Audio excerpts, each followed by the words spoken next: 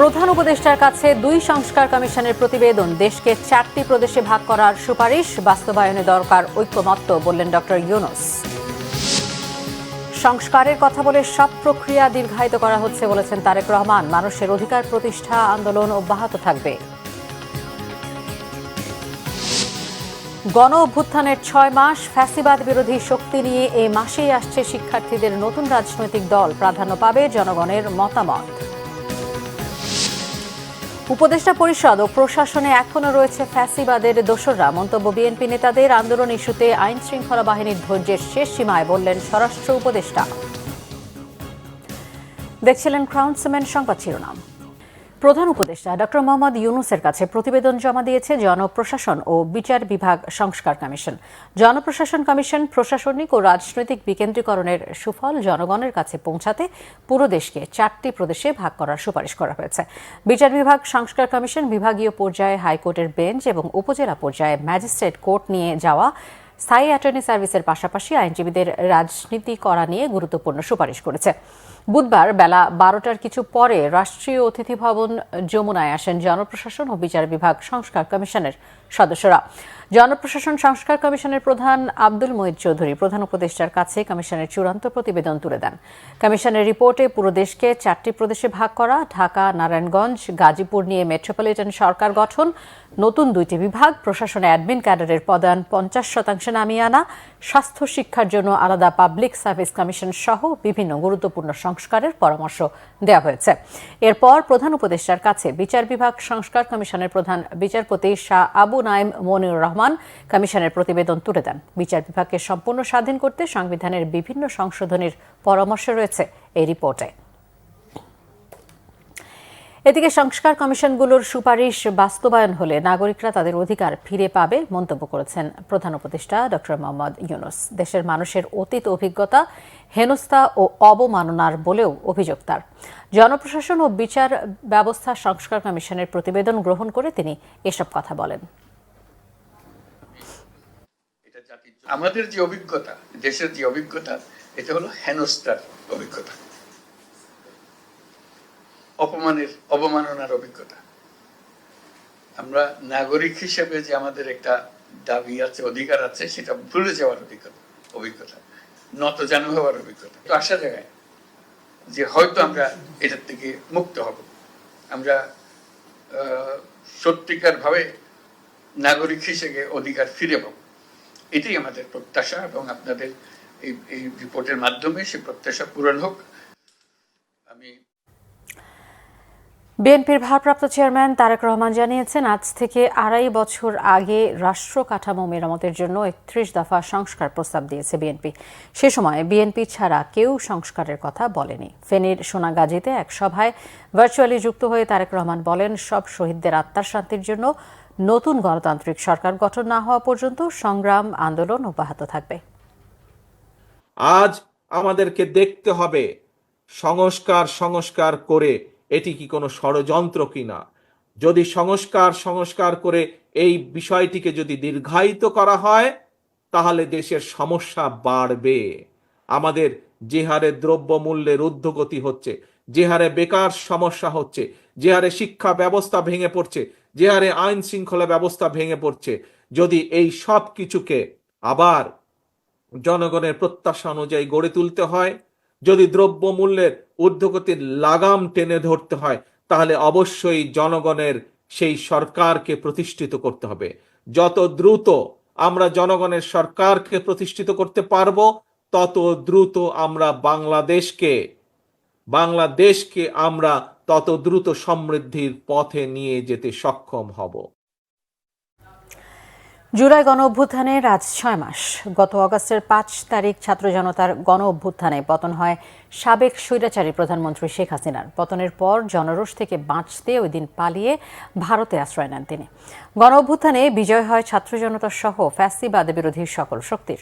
ওই দিন ঢাকার চারপাশের বিভিন্ন প্রবেশপথে আগে থেকেই অবস্থান নেন লাখ লাখ ছাত্র জনতা সহ বিভিন্ন রাজনৈতিক দলের নেতাকর্মীরা। তাদেরকে ঠেকাতে তৎপর ছিল সেনা সদস্য, পুলিশ, র্যাব সহ আইন শৃঙ্খলা বাহিনীর সদস্যরা। তবে ৫ আগস্ট বেলা বাড়ার সাথে সাথে আইন শৃঙ্খলা বাহিনীর প্রতিরোধ ভেঙে স্বৈরাচারী প্রধানমন্ত্রীর সরকারি বাসভবন গণভবন অভিমুখে এগিয়ে যেতে থাকে বিপ্লবী জনতা। এদিন কিছু কিছু জায়গায় ছাত্র জনতার উপর আইন শৃঙ্খলা বাহিনী গুলি চালায়, তবে কোনো কিছুই ঠেকিয়ে রাখতে পারেনি আন্দোলনরত জনতাকে।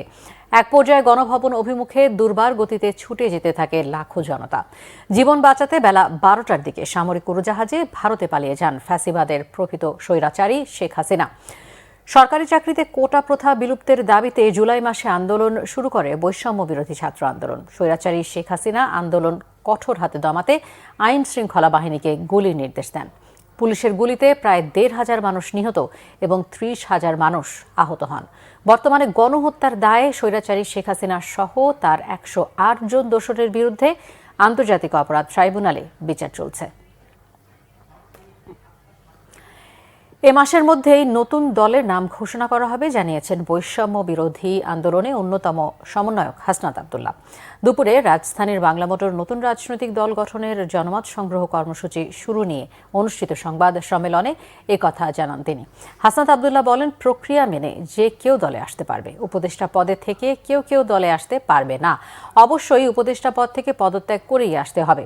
জুলাই বিপ্লবের চেতনা ধরে রাখতে নতুন রাজনৈতিক দল গঠন করা হচ্ছে বলে জানান তিনি। আপনার চোখে নতুন বাংলাদেশ এই স্লোগানকে সামনে রেখে রাজনৈতিক দল গঠনের জন্য সারা বাংলাদেশ থেকে অন্তত 1 লাখের বেশি মানুষের জনমত নেওয়া হবে বলে জানান নাসিরউদ্দিন পাটোয়ারি। এ সময় হাসনাত আব্দুল্লাহ বলেন, বাংলাদেশ থেকে 5 আগস্টের পর ফ্যাসিস্ট হাসিনা ও ছাত্রলীগের চ্যাপ্টার ক্লোজড হয়ে গেছে। কোনো মিডিয়া হাসিনার ভাষণ প্রচার করলে ধরে নেওয়া হবে সেই মিডিয়া এখনও ফ্যাসিস্টের দোসর হিসেবে কাজ করছে। শেখ হাসিনার দোসররা উপদেষ্টা পরিষদ এবং প্রশাসনে থাকা সত্ত্বেও তাদের বাদ দেওয়া হয়নি বলে অভিযোগ করেছেন বিএনপির স্থায়ী কমিটির সদস্য সালাউদ্দিন আহমেদ। সবখানে ফ্যাসিবাদের দোসরদের লোক রেখে সরকার কিভাবে সফল হবে সে বিষয়ে প্রশ্ন রাখেন তিনি। বুধবার জাতীয় প্রেস ক্লাবে আঞ্চলিক সম্পাদক পরিষদ আয়োজিত জাতীয় ঐক্য ও বর্তমান বাস্তবতা শীর্ষক আলোচনা সভায় এসব কথা বলেন বিএনপির এই নেতা। যারা রাতের আধারে কোর্ট বসিয়ে বিরোধী দলের নেতাকর্মীদের সাজা দিয়েছে তাদের বিরুদ্ধে ব্যবস্থা না নেওয়ার সমালোচনা করে তিনি আরও বলেন, নিশিরাতের বিচারকদের বহাল রেখে আওয়ামী লীগ ফ্যাসিবাদের বিচার করা সম্ভব নয়। গণহত্যাকারী আওয়ামী লীগ এদেশ দিয়ে আর রাজনীতি করতে পারবে না বলেও জানান তিনি। এ সময় অন্তর্বর্তীকালীন সরকারের কাছে দ্রুত সংসদ নির্বাচনের রোড ম্যাপ দেওয়ার দাবি জানান সালাউদ্দিন আহমেদ। বিভিন্ন আন্দোলন ইস্যুতে আইন শৃঙ্খলা বাহিনী ধৈর্যের শেষ সীমায় পৌঁছে গেছে বলে মন্তব্য করেছেন স্বরাষ্ট্র উপদেষ্টা অবসরপ্রাপ্ত লেফটেন্যান্ট জেনারেল মোহাম্মদ জাহাঙ্গীর আলম চৌধুরী। সকালে গুলশান পুলিশ প্লাজায় নৌ পুলিশ সদর দপ্তর পরিদর্শন শেষে তিনি কথা বলেন। এ সময় তিনি জানান, নানামুখী আন্দোলনে সড়ক অবরোধ করায় জনদুর্ভোগ সৃষ্টি হচ্ছে। এতে জনমনে সরকারের সক্ষমতা নিয়েও প্রশ্ন উঠেছে। আন্দোলন দমাতে পুলিশ চড়াও হলে আবার পুলিশকে সমালোচনার মুখে পড়তে হচ্ছে উল্লেখ করে সকলকে নিজ নিজ ক্যাম্পাস বা জায়গায় আন্দোলন করে দায়িত্বশীল আচরণ করার আহ্বান জানান স্বরাষ্ট্র উপদেষ্টা। টঙ্গীর তুরাগ নদের তীরে শেষ হল বিশ্ব ইজতেমার প্রথম পর্বের দ্বিতীয় ধাপের আখেরি মোনাজাত। অংশ নেন লাখো মুসল্লি। মোনাজাতে দেশ, জাতি ও বিশ্ব মুসলিমের কল্যাণ কামনা করেন। মোনাজাত শেষে বাড়ি ফেরা মুসল্লিদের সুবিধার্থে 11টি বিশেষ ট্রেন রয়েছে। এছাড়াও প্রতিটি ট্রেন টঙ্গী স্টেশনে থামার নির্দেশনা রয়েছে। গাজীপুর থেকে মীর মোহাম্মদ ফারুকের তথ্যছবিতে ডেস্ক রিপোর্ট। ফজরের নামাজের পর বয়ানের মধ্য দিয়ে শুরু হয় প্রথম পর্বের দ্বিতীয় ধাপের শেষ দিনের আনুষ্ঠানিকতা। বয়ান করেন ভারতের মাওলানা মোহাম্মদ ফারুক।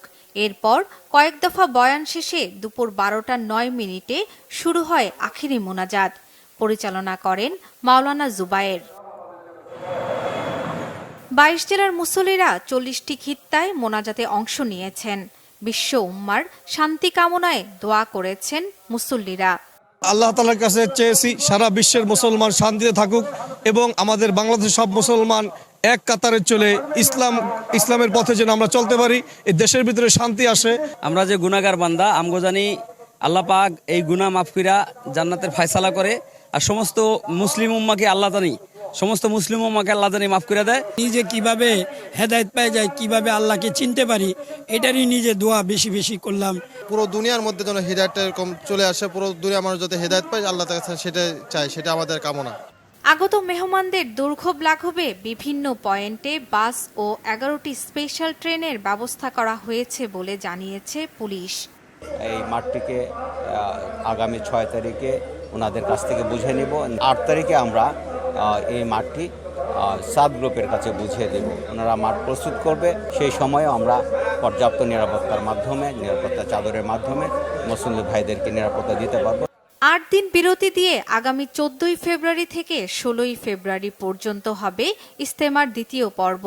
অংশ নেবেন মাওলানা সাদের অনুসারীরা।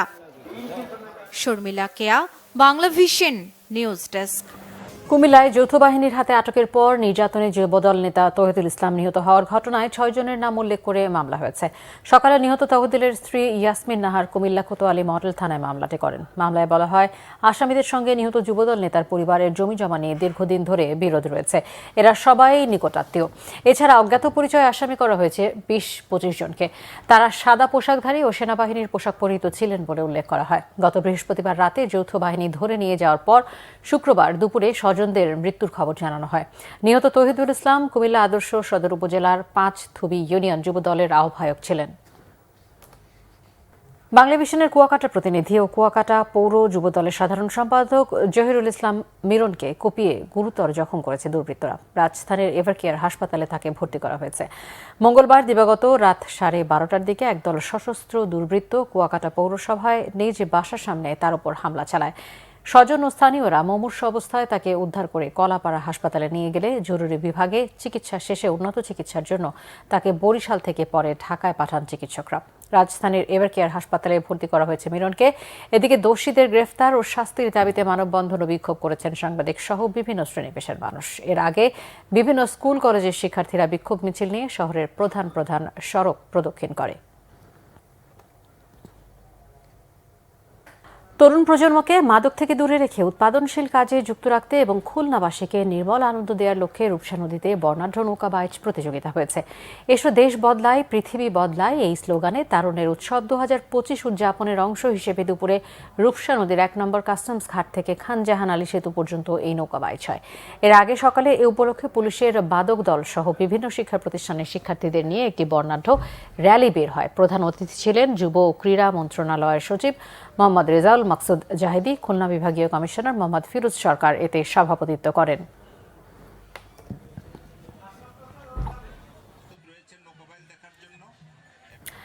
দেশের বিভিন্ন জায়গার আরও কিছু খবর নিয়ে রয়েছে ডেস্ক রিপোর্ট। বিএনপির যুগ্ম মহাসচিব শহীদ উদ্দিন চৌধুরী অ্যানি বলেছেন, আওয়ামী লীগ নির্বাচনকে বৃদ্ধাঙ্গুলি দেখিয়ে জনগণ ও শিক্ষাঙ্গনকে জিম্মি করে লুটপাটের স্বর্গরাজ্য বানিয়েছে।